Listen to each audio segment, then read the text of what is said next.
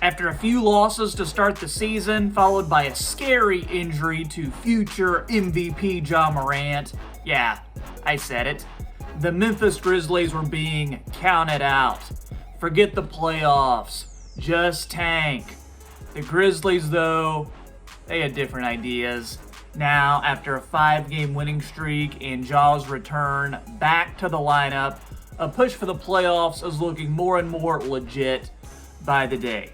In today's video, I'm telling you how the Grizzlies are doing it with one of the youngest teams in the league and why I think they're poised for championship contention sooner rather than later. What's up, everybody? This is Troy. Be sure to like, subscribe, and turn on notification bells. I go live on this channel from time to time, and you do not want to miss when that happens. So make sure those notifications are turned on and you're subbed up. So I know we have lots of Grizzlies fans who watch this channel. Drop a like, show some love for the 901. 400 likes is always the goal.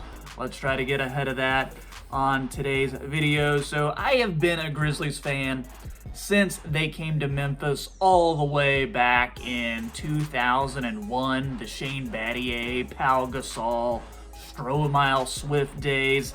And I am probably most excited for the future of this franchise right now than I've ever been during my Grizzlies fandom. This team is in the midst of a 5-game winning streak. This season they've beaten Brooklyn twice. They've beaten the Sixers. They beat the Suns, just to name a few. And a big way they're doing this is with their bench. This team is deep team. I cannot remember the Grizzlies ever having so many guys who can contribute on a game-to-game basis. 11 Grizzlies players are averaging at least 8 points per game. And keep in mind, Jaren Jackson Jr. has not played this year. This is a guy who started every game last season, averaging over 17 points per game, shooting almost 40% from 3 on over 6 attempts per game. So don't you think that adding a high volume stretch big who can defend all over the floor is going to do wonders for this Grizzlies offense? Then there's Justice Winslow. He hasn't played for the Grizz since his trade over from Miami. And theoretically, this is a guy who should fit like a glove on this roster, a guy who is tailor-made for this team. With his defense and his playmaking, he has the ability to unlock an entirely new facet of what the Grizzlies can do on the floor. Either that, or he's Chandler Parsons, but let's not get into that. So let's talk about the Grizzlies who have played this season.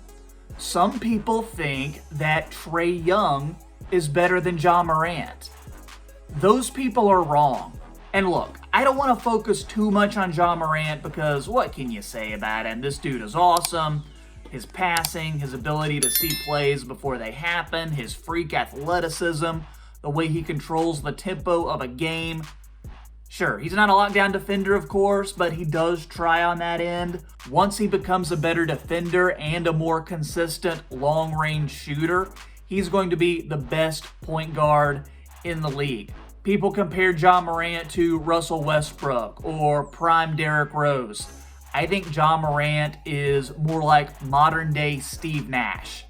But Steve Nash, that's just going to jump right over you.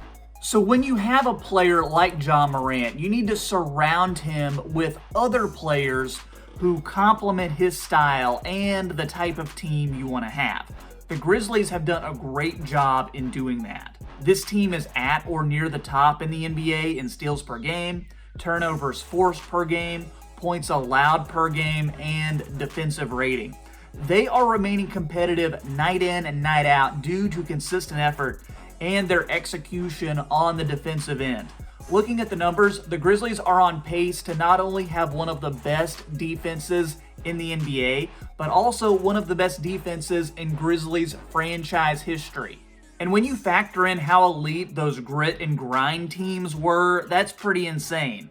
Rapid fire about a few other guys that I love on this Grizzlies team.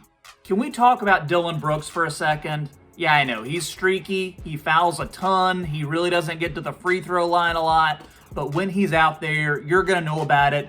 Dude will get into the opponent's jersey with his defense and bulldog style of play. He's always out there with a chip on his shoulder.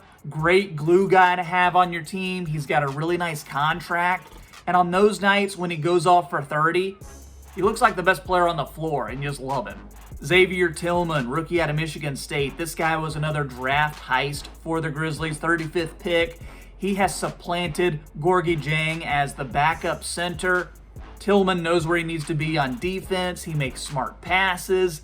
He has some pretty good moves in the post. He is a winner from that Draymond Green school of undersized big men.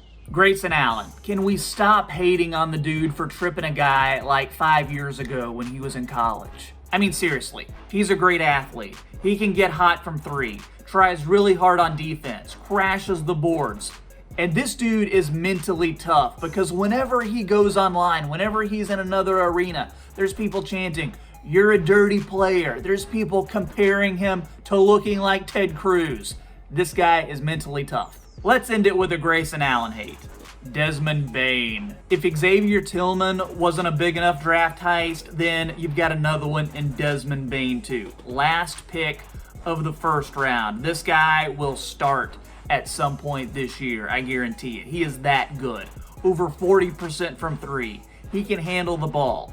Arms like Popeye. Finally, Brandon Clark. This dude was the second or third best rookie last season, depending on your thoughts on Zion. He was another late draft steal by the Grizzlies front office. Huge off the bench last year, putting up some of the most efficient numbers in NBA history. This year, he's been starting with Jaren Jackson Jr. out. Not as efficient, but still not disappointing at all. Clark is getting to the rim. He's being aggressive on the glass. I do want him to improve his three-point shot a little bit. There's a little bit of a hitch this year that I don't remember seeing when he shot the three last year. Still, though, big things for Brandon Clark in Memphis. Then you've got Kyle Anderson having the best year of his NBA career. Tyus Jones, best backup point guard the Grizzlies have probably ever had. One of the best backups in the NBA.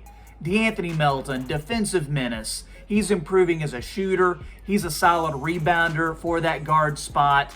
Jonas Valanciunas, starting at center. This dude is a brick wall down in the paint. Awesome enforcer for this team. Double-double machine every night. And because the Grizzlies are so deep and have so many players that you can plug and play into lots of different teams, there are lots of options for improving this roster. The team could trade up in the draft. They could stay the course with marginal moves. They could make a trade for a star. I've heard names like Brad Beal, Jaylen Brown, Zach LaVine being thrown around.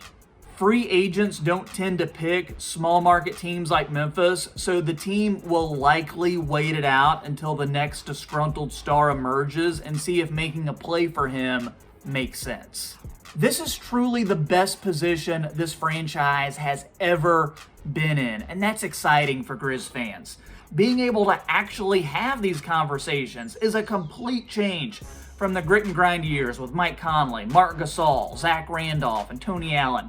As great as those teams were, they were limited in young, high upside players, and they never really had that franchise player who could bring them to that next level. The Grizzlies have both. That's my opinion, but I want to know what you think in the comments. If you're a Grizzlies fan, like yours truly, then I expect a comment. Let me know what you think of the team this year. Who do you love on the Grizz right now and how they're playing? And if you think the Grizzlies should make a trade now or in the not too distant future for a star, who exactly would you like the Grizz to pick? Be sure to like this video. 400 likes is the goal. If it's your first time here, would love if you drop a subscription on this channel as well. Fresh NBA content several times a week. Hey, that's all I've got for today's video, but I appreciate you watching. See you next time and have a great day.